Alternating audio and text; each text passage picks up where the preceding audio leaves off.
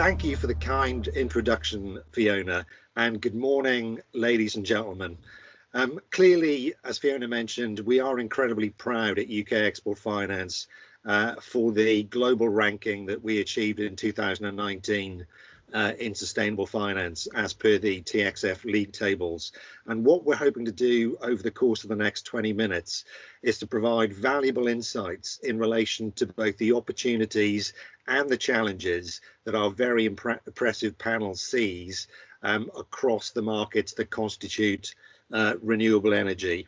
So there's no better place to start than in relation to the UK's main renewable energy trade association, Renewable UK, and Rebecca. So Rebecca, let's start with your insights. So when UKF supported Renewable UK's virtual floating offshore wind event back in early October, it actually coincided with the announcement that day by the Prime Minister about advancing offshore wind in the UK, including quadrupling the capacity of offshore wind to generate 40 gigawatts by 2030, which included 1 gigawatt of floating offshore wind, and also strengthening the UK's portside infrastructure for offshore wind. We understand that the reaction in the interim from developers and the supply chain and trade associations has been very positive to this 10-point plan. Can you therefore give us an insight, Rebecca, into how UK companies make the most of the opportunities in emerging floating wind, offshore wind? Over to you, Rebecca. Thanks, Richard. And I think it's such an exciting time to be having this conversation, because not only have we had the 10-point plan, but actually just earlier today, we've also seen the UK government release their response to the next clean power auction and how they propose to take floating wind forward. So, you know, it's really kind of hot off the press discussion that we're having today. I think the opportunity for floating wind is going to be huge. And if we look across the global market, we're already seeing other nations such as France, South Korea, Japan, and the US Pacific coast looking at the opportunity for floating wind and considering how to take that forwards. And I think further into the future, we're looking at areas such as South Africa and the Philippines for potential future markets. I think the interesting thing about floating is that, you know, the UK has such a proud history, not only in offshore wind, but also from the oil and gas side. And we can now take these two key strengths of UK companies and combine them to bring forward the knowledge and the services on floating wind and really use them as building blocks for the future. I think what will be really important now for UK companies looking at floating wind as a future market is to consider how they can develop really in their own backyard. So we're going to see the UK very shortly become, a leader in the floating wind space. We've got the ScotWind leasing round happening, and at the moment, I think the Crown Estate are looking at their own leasing structures. So there's a really exciting opportunity to start to use the resources that we have in our own backyard and to develop your business in line with that. What we do need to see going forwards, though, is just future clarity on how our UK supply chain companies are going to be supported in capturing this market. And as I said, we've got some of the best companies in the UK who are so well resourced and experienced in both offshore wind and in oil and gas. The £160 million that the government has already earmarked for future port infrastructure development will really help our domestic supply chain companies in this regard as they look to deploy bigger structures, bigger turbines. So I think that 160 million is a great first start and first step in the journey for us in making UK supply chain companies, the most equipped they can be to capture this future market. Fantastic. And I'm conscious that we've got other panelists who are sort of involved in this space. So just wondering whether anyone's got a particular view about this area of floating offshore wind, because I know that Mary actually was a fellow panel member at the Renewable Energy UK floating offshore wind event that we both spoke at, and I know you had particular views, Mary, around the supply chain and preparing the supply chain for what sort of lies ahead. So I know I'm definitely going to sort of probe you in this area later on in the discussion, but whether any thoughts occur to you off the back of what Rebecca's just said. Yeah, I think Rebecca's right to paint such an exciting opportunity. I think we at MHI Vestas currently have so many places where we're looking at floating around the world, and eyes come back to the UK because probably our USP, or not so fairly unique selling proposition, is our oil and gas history. And you can see other markets, Danish people do technology, Spain, other markets do the towers and foundations. And actually where we can really find a niche for UK business is that oil and gas background and the history, the skills, the people that we'll bring to the global market. So Rebecca's right, it's a real opportunity for us. Fantastic. So, I mean, energy transition is a key theme. So there's no better person to turn to next than Mark at Subsea 7. So Mark, let's explore that in a bit more detail. Clearly, UKF was delighted to have been alongside Subsea 7 on the Changfang and Zhaodou offshore wind farms in Taiwan as part of 400 million of commitments that we made to the renewable energy sector last year. We recognise that offshore wind is a particularly competitive environment with real challenges in securing mandates. Can you therefore give us a sense of the lessons that you learned, that Subsea 7 learned from your work in Asia, and how an export credit agency like UKF can play a role in supporting you and your fellow contractors in securing this type of business, particularly as we see new markets open up in Vietnam and North America? If you could give us that sort of sense, Mark, it'd be very useful. No, thanks. Richard, I think, and in fact, this links in very much with the conversation we just had. The lessons from the oil and gas, Subsea 7 is involved in oil and gas as well as the renewables, are directly portable into the offering in the renewable side of things. So we've done country entries on the oil and gas side, and so some of the challenges we faced, particularly with Taiwan, a new entry, was indeed setting up a local presence and understanding the local content regulations required, and being relevant to the contract to the ultimate client in Taiwan. So that's the first step really for any exporter, is basically to have that presence, to determine if it's necessary, and then to understand what the rules of the game are, and then how to apply them. And I think those with an oil and gas background will readily understand that challenge, because it'll happen to them in other countries. So I think that's a directly portable skill in addressing this particular market. And again, the lessons then directly in terms of Changfang Xidao, I think we're very similar to the oil and gas. We work with the ECAs on the oil and gas side, where there were project financings involved. So it's a very similar thinking. Firstly, is to identify exactly whether the client is actually at all interested in financial support that the ECAs can bring. And that may not be so obvious, particularly to the tendering groups within Subsea 7 who are on the coalface. They may not understand the tender requirements and the specific wording that's in placed in there. They may not understand it. So we have an internal lesson that we've got to take people through to recognise the opportunity. And then there's a question of corralling the advice and making sure we provide the right advice in the tender process. And then we found in Taiwan in particular that actually the project finance banks leading the discussions for the clients were not familiar with the appetite of the various ECAs for supporting those facilities.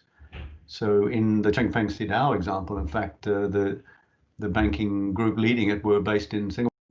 Were unaware of UKEF's interest in this feature. So we were able to bring that through. And I think they were pleasantly surprised by the speed with which you were able to get up to speed on the deal and actually then complete the process. So I think There's a number of challenges there, where a new market entry, where ECAs are not so obvious, and the project finance bankers are not familiar with the appetite. Those are the challenges initially you face. And then when you come to the nuts and bolts of it, of course, we've got to look for qualifying UK content and the contracting structures that we put in place, and the lessons learned from oil and gas are directly copy across in terms of how we structure ourselves, how we identify our UK content, and that's right throughout the supply chain that we sit in front of, because our job there is to put the foundations in and to put the inter-array cables, and there's a contractors working for Subsea 7 in that process. So there's a lot of lessons coming out of oil and gas. We take our UK ships, we operate out of Scotland, so we have a lot of expertise that we're bringing from the UK into operating in that environment, and we'll do elsewhere as well. So I think that's some of the key lessons. And a great thing you can do is the letter of intent that you provide. Another great thing from the oil and gas industry, you provide a non-binding letter of intent showing the financing possibilities, and I think the clients appreciate that. And it's a key part of the initial bidding process for any exporter to be able to bring that along and say, here's how much money we can bring to your project if you so wish. So I think those are some of the key lessons we've had. There's some internal ones and some external ones there. And I think the great points that you make, Mark. I mean, I think we're alive to the fact that awareness raising, frankly, is a sort of 24/7 activity for UKF. I think spreading the word globally about our activities, our particular sector strength. We've spent a lot and invested in skills in offshore wind within our business over the last couple of years.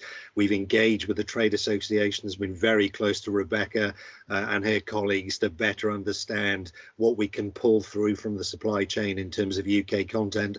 And we've developing deep relationships with Mary and the key developers, the key OEMs, the key financial advisors around the world through our international network of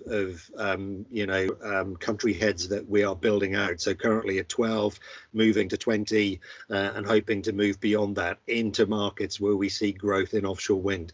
So I think all the points you make, Mark, really resonate in relation to where we are and where we need to move to. So I think this is definitely work in progress as we look to build out our franchise in this space. Rebecca, just to stress for the people watching the panel here, I think the key lesson for me, the key lesson of all this was actually the internal challenges, recognizing the opportunity from the commercial perspective, and then taking that through to the client. That was actually quite key, and I think for those, it's a key lesson to make sure you understand what the client's asking for and then how you can meet that requirement. I think that's quite a powerful point.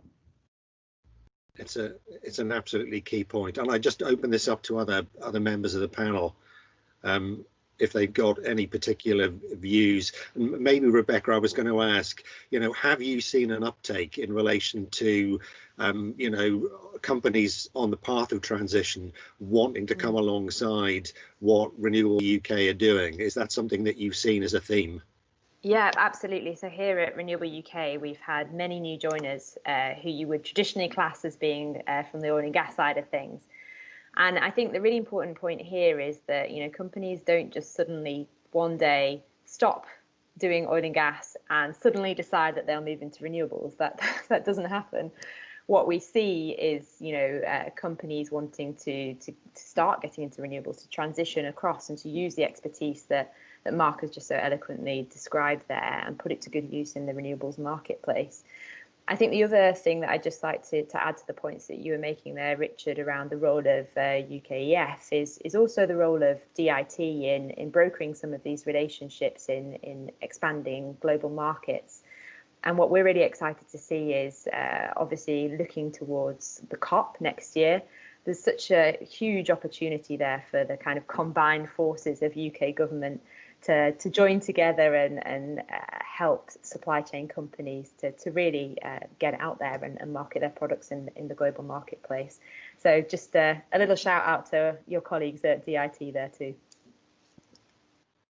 Great, thanks, Rebecca.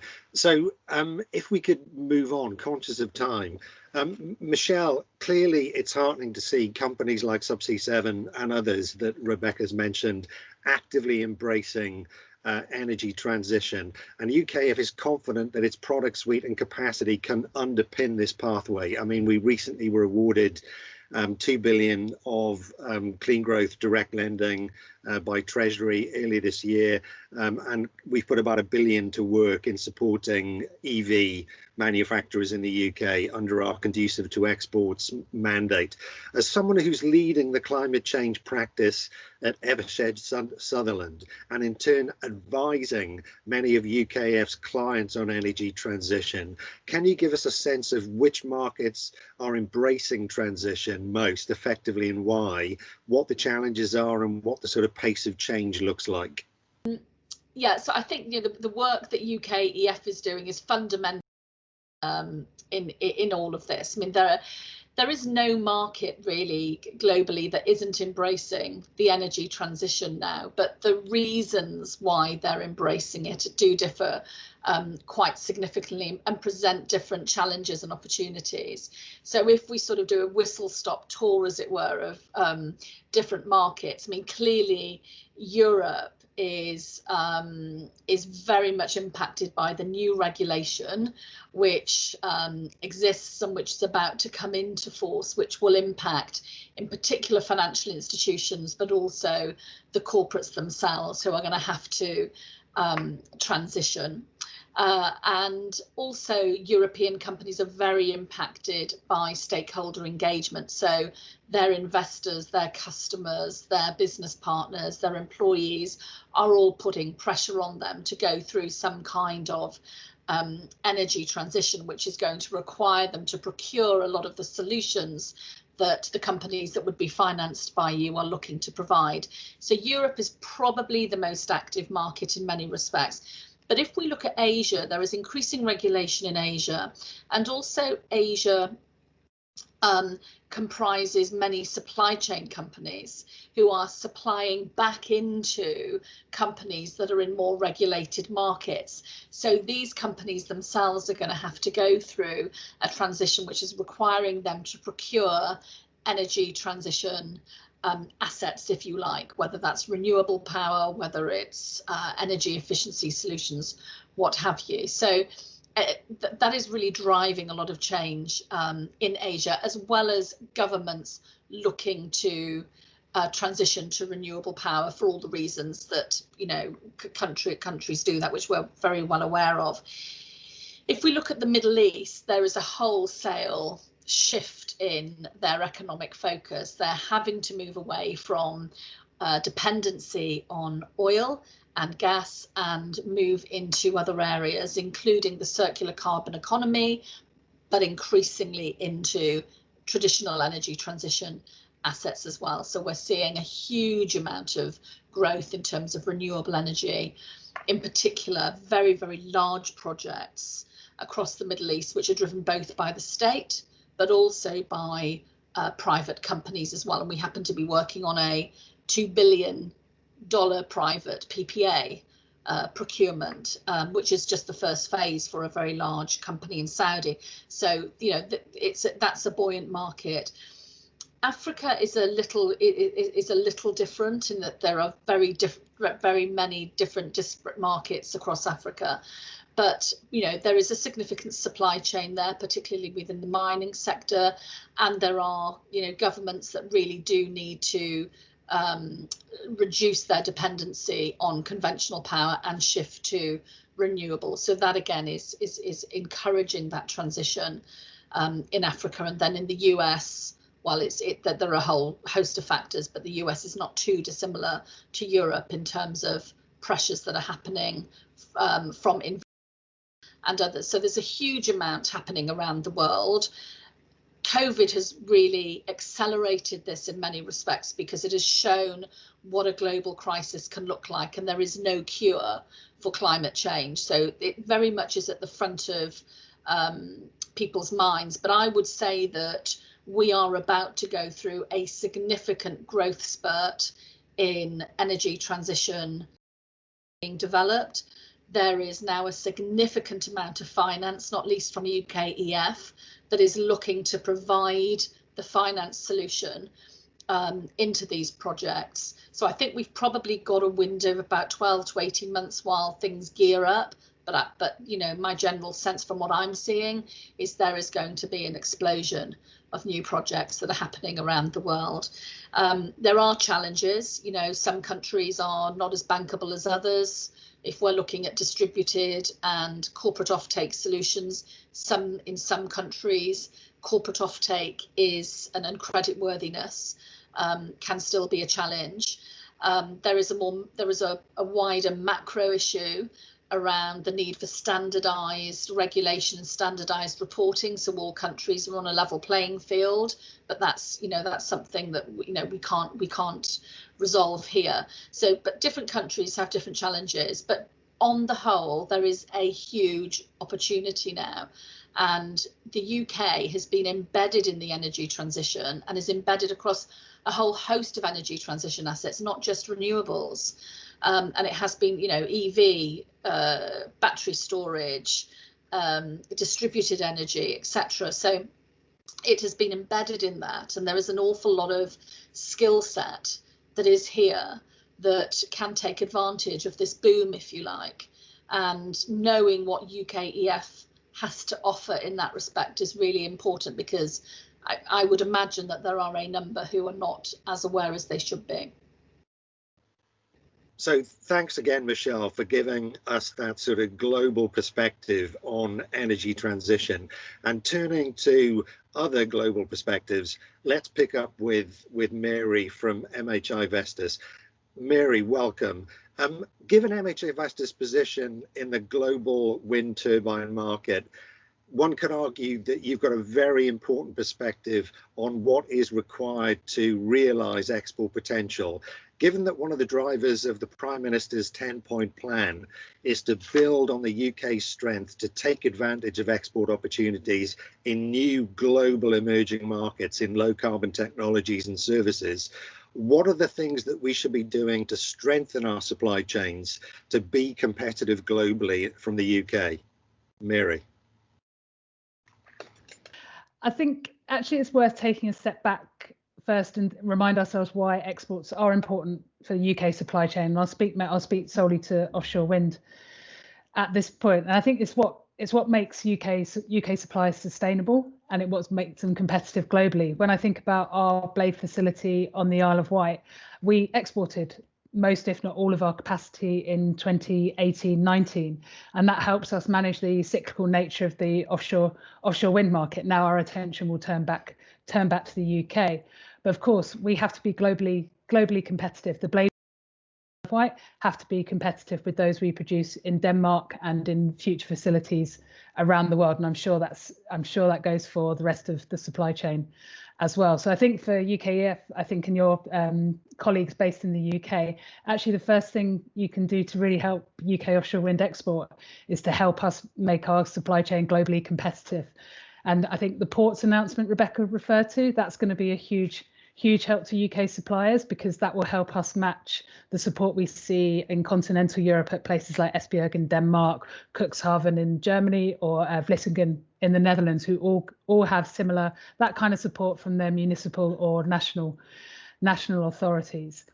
And I think it's about working with ourselves as OEMs, the tier ones further down the supply chain, to really get into what it means to be part of the offshore wind supply chain, wherever that is, be that in the turbine, the foundation, or the cables. And I think the clusters that we have in the UK are really, really useful for that. And I'd encourage all your colleagues to reach out to them, right from the north of Scotland, which has a floating focus, to the southwest, which also has a floating focus, and everything in between on service or on particularly on foundations, cables, that kind of area in the northeast as well. They're a huge font of knowledge, and they can really help you get into the nitty gritty of what it is in the supply chain. There's the Catapult Floating Centre of Excellence. There's the High Value Manufacturing Catapult. All of these organisations are happy to talk to colleagues, really understand what it means, and particularly for companies transitioning from oil and gas. I think it's exciting to have those skills at our fingertips, but also it is different. Offshore wind has different requirements. It's probably, I think, quite unique in terms of our high value serial manufacturing. I think we often have people come into our component supply chain and say, oh, we can make one a month. And you say, well, no, I'm sorry, I think we're going to need one a week. And that raises eyebrows. And it's quite a different mindset across many of the components as well for those transitioning from oil and gas. So I think all of those things help us make our UK supply chain competitive. I think that's the first thing. I think then when you look globally, I mean, I can't match Michelle's brief tour around the world and focus markets there, but I think certainly for offshore wind, I think some of the really exciting, really pre-emerging markets, we're looking at places like Brazil, the Philippines, Sri Lanka. Let's not forget the west coast of the US with the new administration suddenly gets very exciting out there, and really think about where those pre-emerging markets are as well, of course, on top of Korea, Vietnam, and places like that are already underway. I think finally, as Rebecca said, use the whole of the UK embassies, DIT, the ambassadors, how Britain's seen in the world. Use all of those things. Denmark does this very well with the Danish Energy Agency, the trade councils, but I think the UK can probably do it better. So I think use that machinery that you've got at your disposal for sure. Thank you, Mary. And I think that's a great way to bookend the sort of formal part of the panel before we get into Q&A. I'm very keen to give the audience access to the views that you all have. So just to pick up on the points you made, certainly our domestic network, our international network, the architecture of government, we're looking to bring all of those facets into play for the supply chain. So let's move on to the Q&A. Thank you all. And audience, it's now over to you.